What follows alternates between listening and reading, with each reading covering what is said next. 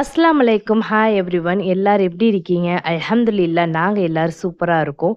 இன்னைக்கு வந்து ஒரு இன்ட்ரஸ்டிங்கான விளாக் தான் பார்க்க போறோம். ஸோ ஸ்கிப் பண்ணாம வீடியோ ஃபுல்லா பாருங்க. இன்னும் நம்ம சேனல்ல சப்ஸ்கிரைப் பண்ணாம பார்த்துக்கிட்டு இருக்கீங்கன்னா, மறந்துடாம சப்ஸ்கிரைப் பண்ணிக்கோங்க. பக்கத்துல இருக்க பெல் ஐகானையும் வந்து கிளிக் பண்ணிக்கோங்க. அப்பதான் நான் போடுற வீடியோ உங்களுக்கு நோட்டிஃபிகேஷனா வரும். இந்த வீடியோ எங்க எடுத்துக்கிட்டு இருக்கேன்னா, அம்மா வீட்ல தான் வந்து எடுத்துக்கிட்டு இருக்கேன். நான் ஈவினிங் ஒரு 6:00 போல தான் வந்து வீட்டுக்கு வந்தேன். வீட்டுக்கு வரும்போதே அம்மா வந்து பூ கட்டிக்கிட்டு இருந்தாங்க. பூவெல்லாம் கட்டி முடிச்சுட்டு, அதுக்கப்புறம் தம்பியும் பார்த்தீங்கன்னா, மதியானம் ஒழுங்கா சாப்பிடல. அதனால அவனுக்கு வந்து முட்டை சோறு மாதிரி கிண்டி, மீன் குழம்பு வச்சிருந்தாங்க. அதில மீனையும் வச்சு ஊட்டி விட்டுட்டேன். இன்னைக்கு நைட் எங்களுக்குமே வந்து தோசை ஊத்தி மீன் குழம்பு வச்சு சாப்பிட்டு முடிச்சாச்சு. அடுத்து நான் வந்து காலையில தான் வந்து வீடியோ எடுக்க ஸ்டார்ட் பண்ணேன். மார்னிங் பார்த்தீங்கன்னா, இட்லி அவிச்சிருந்தாங்க. பிள்ளைகளுக்குமே வந்து இட்லி வச்சு, சாம்பார் வச்சு ஊட்டி விட்டுட்டேன். நானுமே சாப்பிட்டு முடிச்சுட்டு, அடுத்து தம்பிக்குமே வந்து கொய்யாப்பழம் வந்து கட் பண்ணி குடுத்துட்டேன்.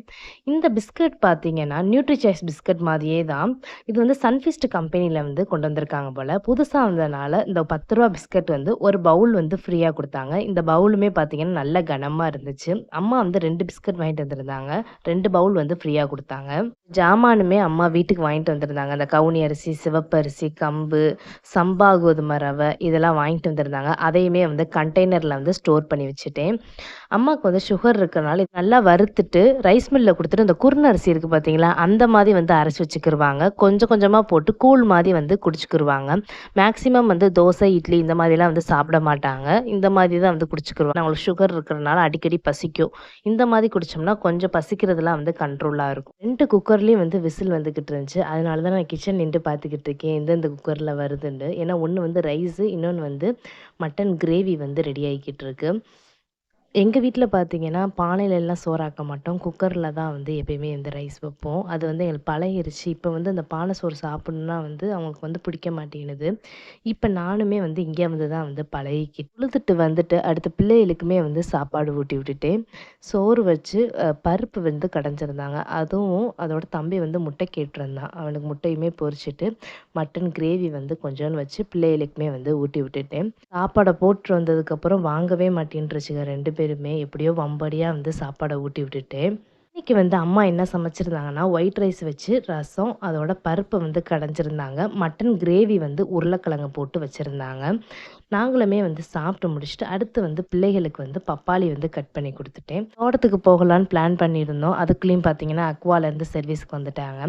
ஏன்னா இந்த அக்வா மிஷின் வாங்கி வந்து 1 இயர் தான் வந்து ஆகுது. அதனால ஃப்ரீ சர்வீஸ்க்கு வந்திருந்தாங்க. அதையுமே வந்து அவங்க கிளீன் பண்ணி முடிச்சுட்டு கிளம்பிட்டாங்க. தான் வந்து ரசகுல்லா வாங்கிட்டு வந்திருந்தாங்க. அதையுமே வந்து சாப்பிட்டுக்கிட்டே நாள் வந்து சிவப்பரிசி வந்து ஊற வச்சிருந்தேன். சரி இதில பொங்கல் மாதிரி செஞ்சிடலான்னு சொல்லிட்டு அதுக்கு ரெடி பண்ண ஸ்டார்ட் பண்ணிட்டேன். இந்த பொங்கலுக்கு பார்த்தீங்கன்னா, சிவப்பரிசி வந்து 2 டம்ளர் எடுத்திருக்கேன். 3/4 டம்ளர் வந்து பாசிப்பருப்பு எடுத்திருக்கேன். நல்லா ஊறுனதுக்கப்புறம் கண்டிப்பா வந்து ஒரு 12 ஹவர்ஸாச்சும் ஊறணும். இல்லாட்டி வந்து வேகவே வேகாது.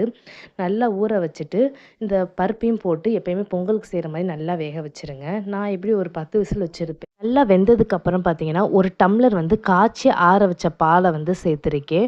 பக்கத்திலேயே வந்து வெள்ள பாக வந்து காய்ச்சிக்கிட்டு இருந்தேன். அதோட வெள்ள பாகையும் வந்து ஃபில்டர் பண்ணி ஊத்திருங்க. 2 ஏலக்காயும் பிச்சு போட்டு நல்லா வந்து கிளறிருங்க. 1/2 மூடி தேங்காவ வந்து துருவி வச்சிருக்கேன். அதையும் வந்து இதில சேர்த்துட்டு நல்லா மிக்ஸ் பண்ணிட்டு, ஃபைனலா வந்து நெய்யில ஊத்தி முந்திரி பருப்ப தாளிச்சு கொட்டிட்டா, இந்த சிவப்பரிசி பொங்கல் வந்து ரெடி ஆயிரும். அந்த நெய்யில வந்து இந்த தேங்காய் பூ இருக்கு பார்த்தீங்களா, அத போட்டு நல்லா வந்து கோல்டன் ப்ரவுன் வரைக்கும் ஆகுற வரைக்கும் நல்லா வறுத்துட்டு, அதையும் வந்து இதில சேர்த்து கொட்டிட்டோம்னா டேஸ்ட் இன்னுமே சூப்பரா இருக்கும். நான் இன்னைக்கு வந்து நெய் யூஸ் பண்ணாம, டைரக்ட்டா வந்து தேங்காய் துருவல வந்து பொங்கல்ல கொட்டிட்டேன். நீங்க அந்த மாதிரி யூஸ் பண்ணுங்க. இன்னுமே டேஸ்ட் சூப்பரா இருக்கும். அம்மா வந்து நெய் ஊத்தி சாப்பிட மாட்டாங்க. அதனால நான் நெய்யில வந்து முந்திரி பருப்ப போட்டு தாளிச்சு கொட்டல. மேலாப்புல மட்டும் முந்திரி பருப்ப மட்டும் போட்டுக்கிட்டேன். இந்த ரெசிபிய ட்ரை பண்ணி பார்த்துட்டு எனக்கு கமெண்ட் செக்ஷன்ல வந்து கமெண்ட் பண்ணுங்க.